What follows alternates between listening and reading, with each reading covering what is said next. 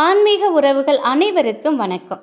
இன்னைக்கு நம்ம பார்க்க போகிற பதிவு மே 2024 மைத்ரேய முகூர்த்தம் எப்பொழுது அப்படிங்கிறத டைமை நம்ம பார்க்கலாங்க.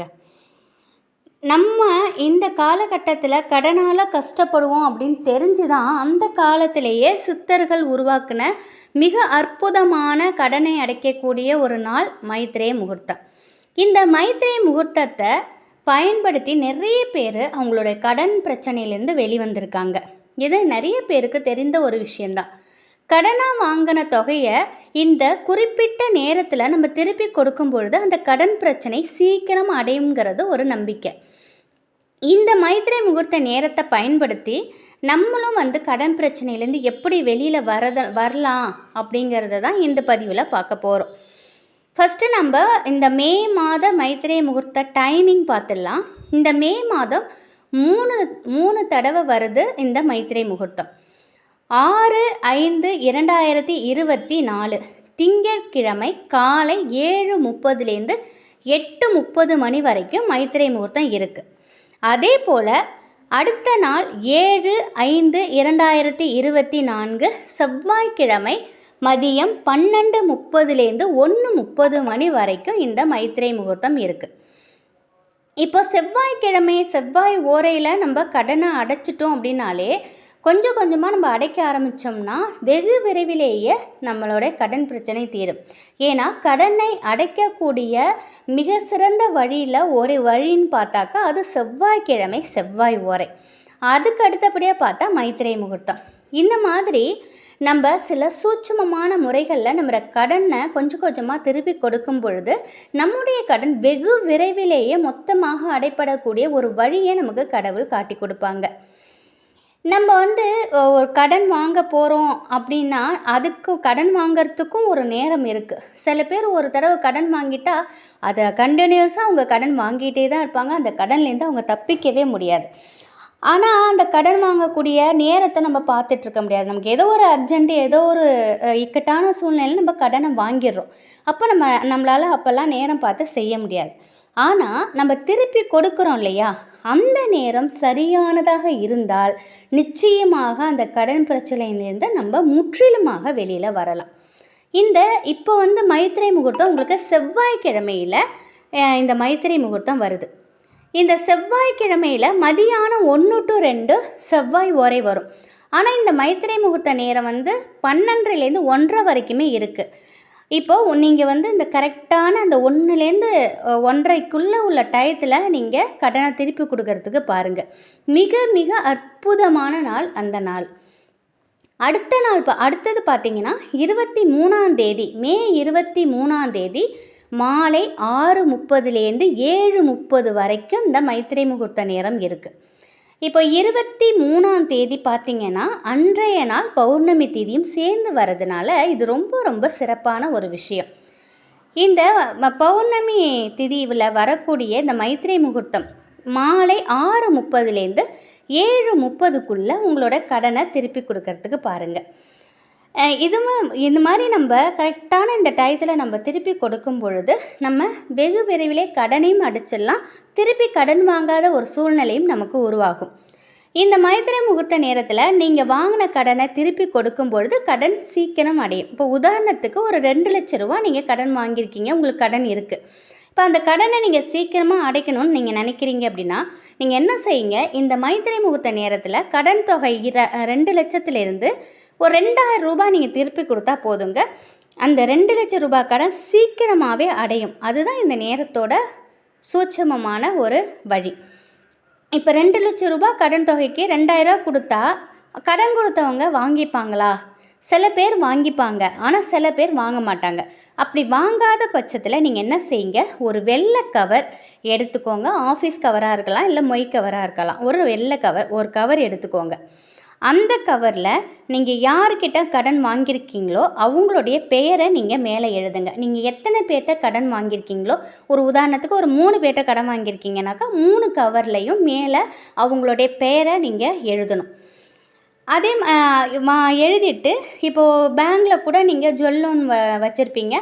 அந்த இதை மூக்கணும் அப்படின்னு நினச்சிங்க, பேங்கில் கடன் இருக்குன்னா அந்த பேங்கோட பேரை எழுதிக்கோங்க. இதே போல் எழுதிட்டு அந்த கவருள்ள இந்த 2000 ரூபா பணத்தை வச்சுருங்க. கூடவே ஒரு பிரியாணி இலையும் சேர்த்து வைங்க. அந்த பிரியாணி இலையில் என்ன எழுதுறீங்கன்னா, இப்போ கடன் வந்து நீங்கள் எவ்வளோ இருக்கோ அதாவது எனக்கு கடன் இருக்குது, நான் கடனை திருப்பி கொடுக்கணும், எனக்கு கடன் தீரணும் அப்படிங்கிற வார்த்தையை எழுதாதீங்க. 2,00,000ன்னு மட்டும் நீங்கள் போடுங்க. இப்போ உங்களுக்கு எவ்வளோ கடன் இருக்கோ அதை அந்த பிரியாணி இலையில் அவ்வளோ ரூபாங்கிறத மட்டும், இப்போ உதாரணத்துக்கு ஒரு 2,00,000 இல்லை 1,00,000 3,00,000னாக்கா அதை மட்டும் நீங்கள் எழுதிட்டு விட்டுருங்க. அதையும் அந்த பணத்தோடு வச்சுருங்க. துளி பச்சை கற்பூரம் 2 ஏலக்காய் கூட நீங்கள் சேர்த்து போட்டு வைக்கலாம். நம்ம எதுக்காக இந்த பச்சை கற்பூரமும் ஏலக்காவும் போட்டு வைக்கிறோம் அந்த பிரியாணி இலைன்னா, இதெல்லாம் வந்து பணத்தை ஈர்க்கக்கூடிய தன்மை இதுகளுக்கு இருக்குது. பண வசியத்தை ஏற்படுத்தும். ஆட்டோமேட்டிக்காகவே நம்ம 2000 ரூபா பணம் அதில் வைக்கிறோம், எவ்வளோ பணம் வைக்கிறோமோ அந்த பணத்தோடு சேர்த்து வைக்கும் பொழுது அது ஆட்டோமேட்டிக்காக நமக்கு பணத்தை பெருக்கி கொடுக்கக்கூடிய பொருட்கள் தான் இது. அதனால் இதையும் நம்ம சேர்த்து வைக்கிறோம். இப்போ அந்த கவரில் வச்சுட்டு நீங்கள் விட்டுருங்க. இந்த பரிகாரத்தை செய்த ஒரு சில நாட்களில் உங்களோட மொத்த கடனும் நீங்கள் திருப்பி கொடுக்கக்கூடிய யோகம் உங்களுக்கு கட்டாயம் கிடைக்கும். ஒட்டு மொத்தமான தொகையை உங்களுக்கு கையில் கிடைக்கும் பொழுது நீங்கள் கவரில் போட்டு வச்சுருக்கீங்க பணத்தை, அந்த பணத்தோடு சேர்த்து நீங்கள் கடன்காரன்ட்ட கொடுத்துடுங்க. ஒரே ஒரு முறை இதை செய்து பாருங்கள். இதில் வந்து நீங்கள் நஷ்டம் அடையிறதுக்குன்னு எதுவுமே கிடையாது. நம்பிக்கையை நீங்கள் முதலீடாக நீங்கள் போடுறீங்க. இந்த நம்பிக்கையை மட்டும் நீங்கள் மனசில் வச்சுக்கோங்க. நிச்சயமாக இந்த மைத்திரை முகூர்த்தத்தில் நீங்கள் கொஞ்சம் கொஞ்சமாக நீங்கள் வந்து இந்த மாதிரி செய்ய செய்ய செய்ய உங்களுடைய கடன் முற்றிலுமாக அடைவதை நீங்கள் கண்கூட பார்க்கலாம். உங்களுடைய கஷ்டங்கள் குறைவதற்காக கடவுளே வந்து இந்த பரிகாரத்தை சொன்னதாக ஏற்றுக்கோங்க. நீங்கள் முயற்சி செய்து பாருங்கள். கடன் இல்லாத வாழ்க்கையை சீக்கிரமாக வாழ உங்களுக்கு நேரங்காலம் கைகூடி வரும். நம்ம வந்து இப்போ ஏந்திரிக்கும் போதே நமக்கு இவ்வளோ கடன் இருக்குது, நம்ம என்ன செய்ய போகிறோம், இன்றைக்கி இவ்வளோ கொடுக்கணுமே, இவ்வளோ பண்ணணுமே, நமக்கு வருமானம் இவ்வளோ தானே அப்படின்னு காலையில் ஏந்திரிக்கும் போதும் சில பேர் புலம்பிகிட்டே எழுந்திருப்பாங்க. நைட்டு தூங்கும் போதும் சில பேர் புலம்பிகிட்டே தூங்குவாங்க. ஆனால் இதெல்லாம் வந்து நம்ம தவிர்த்திடணும். நம்ம பேசுகிற வார்த்தைகள் நேர்மறையாக இருக்கணும், நம்ம நினைக்கிறது நேர்மறையாக இருக்கணும், நம்மளுடைய எண்ணங்கள் நேர்மறையாக இருக்கணும், நம்மளோட மைண்டை எப்பொழுதுமே பாசிட்டிவாக வச்சுக்கணும், நம்ம பேச்சுக்களையும் நம்ம பாசிட்டிவாக பேசணும். எப்படி சொல்கிறீங்க, பண வரவு அதிகமாகணும், பண வரவு அதிகமாகணும், பணம் பல வழிகளில் வரணும், பணம் வரணும், பணம் வரணும், பணம் சேரணும், பணம் இந்த மாதிரி பாசிட்டிவாக பேச பேச பேச பேச பணம் பணம் பணம் பணங்கும்போது பணத்தை நம்ம எந்த அளவுக்கு லவ் பண்ணுறோமோ அந்த அளவுக்கு பணம் நம்மளை லவ் பண்ணும். பிரபஞ்ச ஈர்ப்பு விதியும் இதுதான். நம்ம வந்து நம்மளோட ஆழ் மனசில் நம்ம என்ன நினைக்கிறோமோ அதுதான் அது செயலாகவே காட்டும் அப்படின்னு சொல்லுவாங்க. அந்த மாதிரி நம்ம என்ன நினைக்கிறோம், கடன் இருக்குனாக்கா நமக்கு கடன் இருந்துக்கிட்டே தான் இருக்கும், அது கடைசி வரைக்கும் ஓயாது. இதே பணம் வரணும்னு சொல்லிக்கிட்டே ஒரு முறை இதெல்லாம் நீங்கள் ட்ரை பண்ணி பாருங்களேன். உங்களுடைய எண்ணங்களை, உங்களோட சொற்களை நீங்கள் நேர்மறையாக பேசி பாருங்கள்.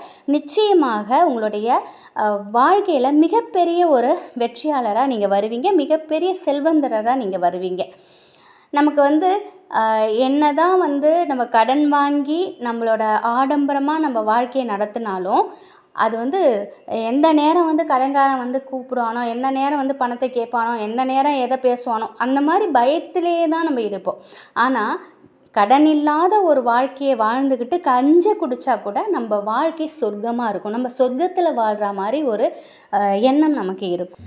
நம்முடைய வாழ்க்கையிலும் இது போல் விஷயங்களை நம்ம கடைப்பிடித்து வந்தோம் அப்படின்னா கண்டிப்பாக நாம் கடன் இல்லாத ஒரு நல்ல வாழ்க்கையை நம்ம வாழலாம். ஆனால் இந்த காலகட்டத்தில் நம்ம கடன் வாங்க வேண்டிய ஒரு சூழ்நிலைக்கு தான் நம்ம தள்ளப்படுறோம். ஆனால் என்ன கடன் வாங்கினாலும் சரிங்க, நம்ம என்றைக்குமே நம்மளோட மைண்டை இது போல் நம்ம பாசிட்டிவ் வச்சுக்கணும். இந்த கடனை அடைக்கும் பொழுது இந்த மாதிரி செவ்வாய் ஓரை, மைத்திரை முகூர்த்தம் இதெல்லாம் நம்ம பயன்படுத்தி கடனை அடைக்கணும். இந்த மாதிரி சில சூட்சமமான வழிகளை நம்ம செய்தால் போதும், கண்டிப்பாக நாமும் ஒரு நிம்மதியான வாழ்க்கையை நம்ம வாழலாம். இந்த ஒரு தகவல் உங்களுக்கு பயனுள்ளதாக இருக்கும் அப்படின்னு நம்புகிறேன். மைத்திரை முகூர்த்தத்தை மிஸ் பண்ணிடாதீங்க. ஏன்னா இதை மட்டும் செஞ்சுட்டு இருந்தால் நம்ம வாழ்க்கையில் முன்னேறிடலாமா அப்படின்னு சில பேருக்கு கேள்வி வரும். அப்படி இல்லை, நம்ம வந்து உழைப்பை வந்து மூலதனமாக போடுறோம். அந்த மூலதனம் அதனால் நமக்கு கிடைக்கக்கூடிய பண வரவு வேறு வீண் விரயங்கள் இல்லாமல் வேறு எந்த ஒரு விஷயத்துலேயும் நம்ம வந்து கஷ்டப்படாமல் நம்ம எதுக்காக பணம் சேர்க்குறோமோ அதுக்கு நல்ல வழியில் பயன்படணும் அப்படின்னு நம்ம நினச்சி நம்ம இதை ஒரு பரிகாரத்தை நம்ம செய்கிறோம். இந்த ஒரு விஷயங்களை நம்ம கடைப்பிடிக்கிறோம். ஏன்னா ஒரு கடன் அடைக்கிறதுக்காக நம்ம வந்து சேர்த்து வச்சிட்ருப்போம், சம்பளம் வாங்கிட்டு வருவோம். ஆனால் பார்த்திங்கன்னா திடீர்னு வீண் விரயம், ஏதாவது மருத்துவ செலவாக போயிடும், தேவையில்லாத மருத்துவ செலவு, தேவையில்லாமல் வண்டி ரிப்பேர் ஆகிடும், தேவையில்லாமல் வீட்டுக்கு ஏதாவது செலவு பண்ணுற மாதிரி இருக்கும். அதெல்லாம் தடுக்கக்கூடிய விஷயங்கள் இதில் சூட்சும வழிகள் இதிலெல்லாம் நிறையவே இருக்குது. ட்ரை பண்ணி பாருங்கள். நன்றி.